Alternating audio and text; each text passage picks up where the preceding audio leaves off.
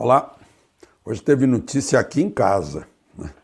Essa jiboia maravilhosa e pacífica estava abrigada entre a caixa de eletricidade e o poço artesiano. E aí, como ela, embora amistosa, né, uma outra jiboia certa vez teve desavenças com o cachorro aqui em casa, veio a polícia, o batalhão de polícia ambiental e a levou, né? Fez um bom serviço.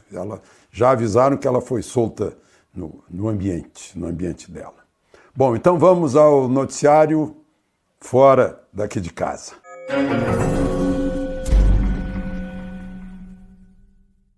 Pois é, gente.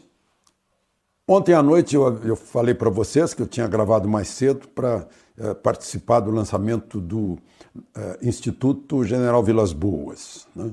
Eu participei, eu fiz uma pequena fala sobre este país que torce contra si próprio, né? Que não precisa de inimigos porque já os tem internamente. Agora, o mais importante desse lançamento foi o discurso do general Vilas Boas, que, como ele está acometido de ELA, né, aquela doença que ataca o sistema muscular, o discurso que ele redigiu, né, ele ainda se ouve a voz dele, mas foi lido por um coronel. E eu fiz um resumo, porque, bom, ele começa o discurso dizendo que quando Deus quer conversar particularmente com alguém, manda para essa pessoa uma doença especial. Bom, o Instituto Vilas Boas em projetos nacionais, eu anotei aqui, né, pilares da nação.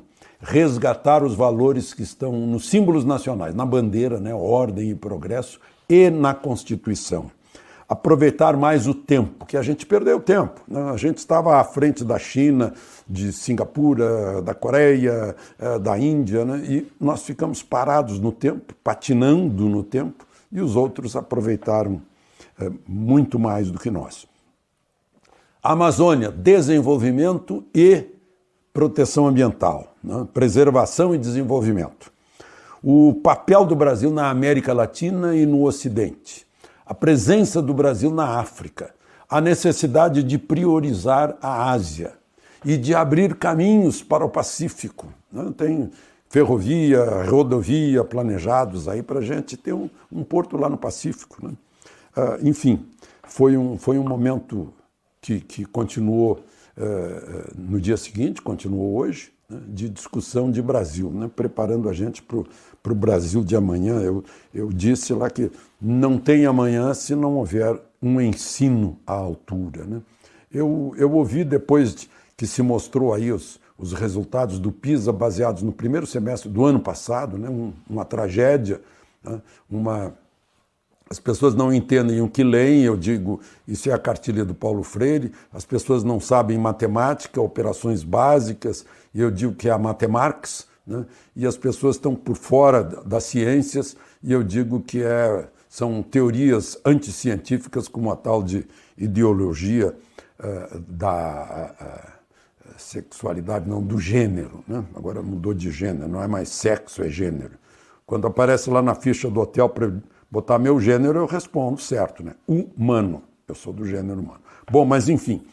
Aí, alguns ministros de governos anteriores já vestiram a touca, né? E disseram que mostraram a quantidade de dinheiro que aplicaram.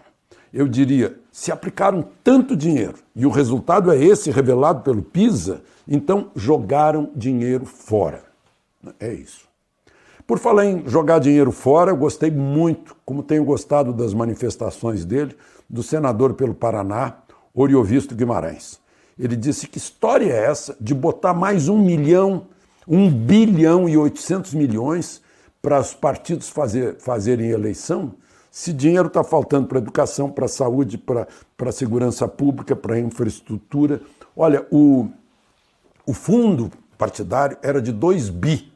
Agora vai ser de 3 bi e 800. Está aprovado lá pela comissão mista especial que está examinando isso e certamente vai ser aprovado ainda antes de terminar o ano. Não aprovam a segunda instância, né? Mas vão aprovar isso, que é do interesse de 13 partidos estão apoiando, por exemplo, né? Por falar em segunda instância, deu 408 votos a favor do pacote do ministro Sérgio Moro. Só que fizeram assim uma espécie de enfraquecimento do pacote, né? Coisas mais modernas, as grandes novidades, tal como acontece nos Estados Unidos, foram deixadas de lado, né? Aquela negociação entre o criminoso, né, e a justiça, né, que ele pode negociar, ele contribui com a justiça e, ao mesmo tempo, com isso, diminui-se a pena. Não, deixaram isso de lado, né? E outras coisas também, o excludente de ilicitude, que dá mais garantias ao policial, né, também deixaram de lado, mas entrou muita coisa boa, muita coisa que vai ajudar, sim, a acabar com essa ideia de impunidade, né? Claro que quando pega político, aí não entra, né? Quando pega o traficante, o drogado, o sequestrador, o homicida, aí entra, né? Agora, quando pode pegar o crime de corrupção, aí a coisa fica mais difícil. Mas, por exemplo, se pode controlar mais os encontros do advogado com o preso, a questão de facções criminosas, o preso que ainda não demonstrou dentro da prisão que ele está desligado da facção, ele não vai ter progressão de pena, não vai sair, né? Quem praticou crime hediondo, como homicídio, qualquer outro tipo de crime hediondo, feminicídio, estupro, né? Não vai ter saidinha no Dia das Mães, no Dia da Criança, né? Vocês devem estar lembrados aí da Richthofen, dos Nardoni, né? Saidinha no Natal para fazer assalto, não terão, né? Eu anotei outras coisas aqui. Garantias para a polícia botar infiltrados em organizações criminosas, né? Aí o sujeito vai lá, infiltrado, ele contrabandeia, faz contrabando de droga, por exemplo, o policial, né? Mas é para se infiltrar lá dentro, né? Ele está isento de culpa desse crime que foi no exercício da atividade. Isso já é aceito na justiça hoje, mas botar na lei deixou mais enquadrado isso, né? Deixou mais claro.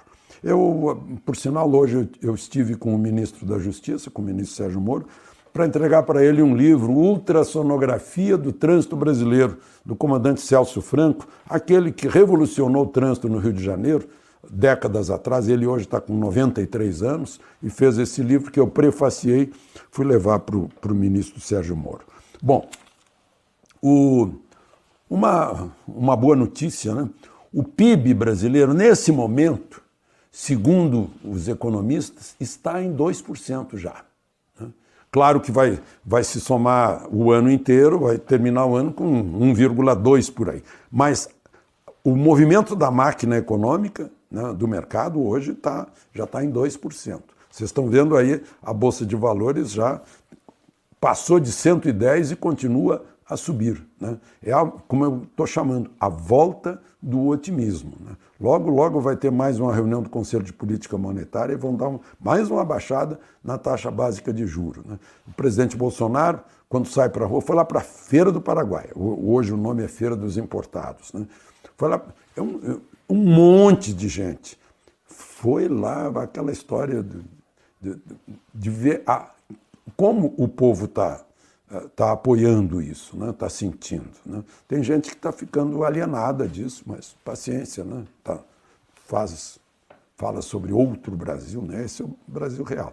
Ele está em Bento Gonçalves, numa reunião do Mercosul, está passando a presidência para o presidente do Paraguai, né? Enquanto isso, o presidente da Câmara está em Buenos Aires para saudar o novo presidente da Argentina, o atual, está lá